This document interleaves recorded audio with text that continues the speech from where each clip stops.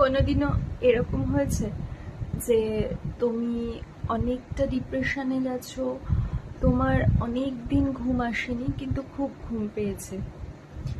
এটা একটা অস্বস্তিকর পরিস্থিতি। ইনফ্যাক্ট এরকমও অনেক সময় হয়েছে যে ঘুমের ওষুধ খাওয়া হয়েছে, তাও ঘুমানো যায়নি। ঠিক ওই সময়গুলো ভীষণভাবে মনে পড়ে সেই বন্ধুদের কথা, যারা ভালো সময় ভালো হয়ে ভালোবেসে পাশে ছিল। সময় খারাপ আসতেই তাদের রং আর তাদের আমাদের সঙ্গে বন্ধুত্বের সংজ্ঞা দুটোই পাল্টে গেছে।